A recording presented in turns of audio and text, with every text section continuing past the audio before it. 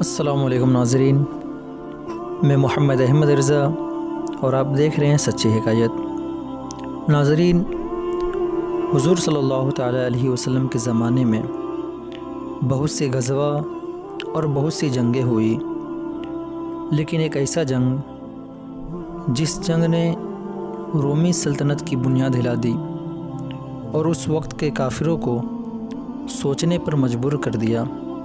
ناظرین، اس جنگ کو جنگ موتا کہتے ہیں، تو آج کی اس ویڈیو میں اسی جنگ کے بارے میں بات کریں گے۔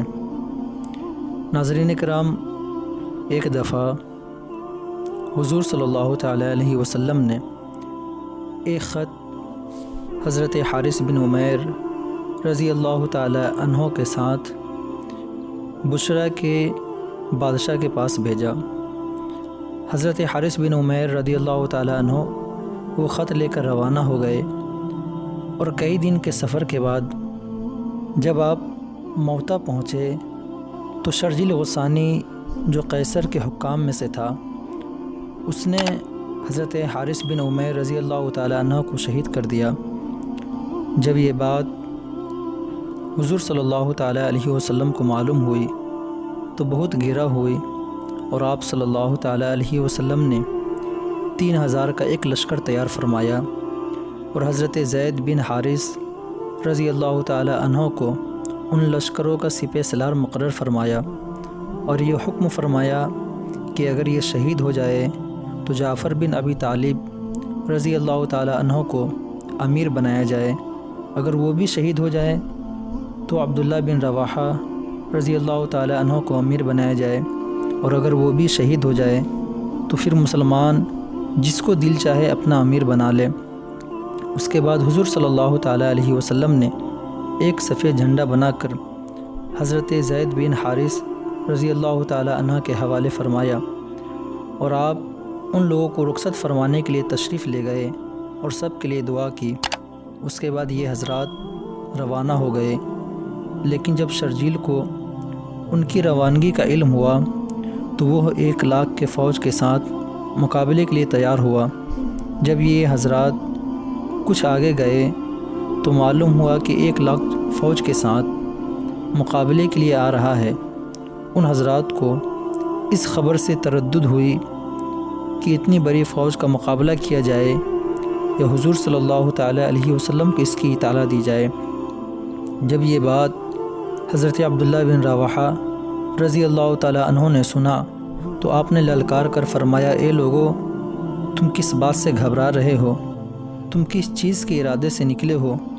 ہم لوگ کبھی بھی قوت اور آدمیوں کی کثرت کے زور پر نہیں لڑے، بلکہ ہم لوگوں نے صرف اس دین کی وجہ سے لڑے ہیں جس کی وجہ سے اللہ تعالیٰ نے ہمیں بلند مقام عطا فرمایا۔ آگے بڑھو اور اپنے حوصلہ کو بلند رکھو۔ یہ کہنے کے بعد مسلمان آگے بڑھے اور ہمت کر کے نعرے کو بلند کی۔ آپ جب مقام موتا پہنچے تو لڑائی شروع ہو گئی۔ حضرت زید رضی اللہ تعالیٰ عنہ نے جھنڈا اپنے ہاتھ میں لیا اور میدان میں پہنچ گئے، اور گھمسان کی لڑائی ہونے لگی۔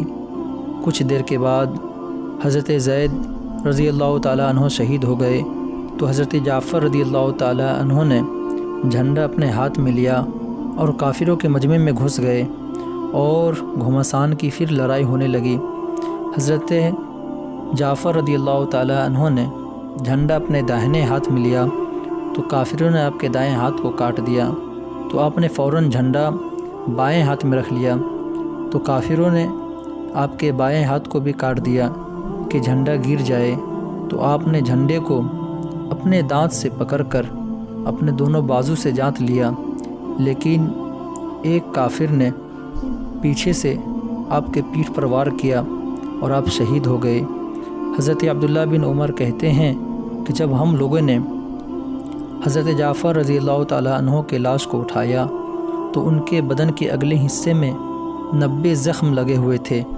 جب یہ بھی شہید ہو گئے تو حضرت عبداللہ بن رواحہ نے کمان کو سنبھالا، اور آپ جھنڈا اپنے ہاتھ میں لے لیے اور آپ میدان میں اتر گئے، اور آپ لڑتے رہیں یہاں تک کہ آپ کی انگلیوں میں زخم آ گیا اور آپ کی انگلی لٹک گئی، تو تو آپ نے اس کو اپنے پیر سے دبا کر اس انگلی کو اکھاڑ پھینکا اور آپ لڑتے رہے یہاں تک کہ آپ شہید ہو گئے۔ تو لوگوں نے مشورہ کیا کہ اب خالد بن ولید کو اپنا امیر بنایا جائے۔ حضرت خالد بن ولید رضی اللہ تعالیٰ عنہ اس لشکر کا امیر ہوئے اور آپ نے جھنڈے کو اپنے ہاتھ میں لیا اور آپ میدان میں اتر گئے اور کافی دیر تک آپ لڑتے رہے اور آپ نے اس بہادری سے اس جنگ میں لڑی کہ آپ اس جنگ کو جیت گئے۔ روایتوں میں آیا ہے کہ آپ نے اس جنگ میں 8 تلوار کو توڑ دیا اور آپ کو اسی جنگ میں سیف اللہ کے خطاب سے نوازا گیا۔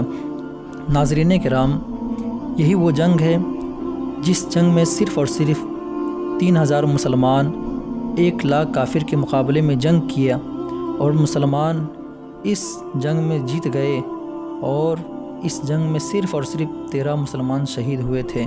امید کرتے ہیں آپ کو یہ ویڈیو اچھی لگی ہوگی۔ اگر ویڈیو اچھی لگی ہو تو لائک کریں، چینل کو سبسکرائب کر دیں اور ایک پیارا سا کمنٹ کریں۔ ملتے ہیں اگلی ویڈیو میں، تب تک اپنا خیال رکھیں۔ خدا حافظ۔